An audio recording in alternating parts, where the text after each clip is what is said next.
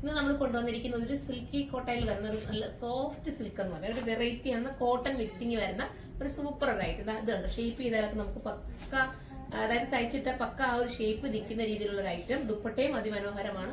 നമുക്ക് ഇങ്ങനെ പിടിച്ചൊക്കെ അത്രയും നല്ല സോഫ്റ്റ് ആണ് ദുപ്പട്ട. അപ്പൊ ഇത് വേണ്ടവർ ഇത് പർച്ചേസ് ചെയ്തോ. നമുക്ക് എന്റെ ബോട്ടം കാണാം. ബോട്ടം എന്താ ഇത്ര നല്ലൊരു പ്രിന്റിലാണ് വരുന്നത്. നല്ല കോട്ടൺ ആണ് കേട്ടോ ബോട്ടം വരുന്നത്. നമുക്കിനി അടുത്ത കളർ കാണാം.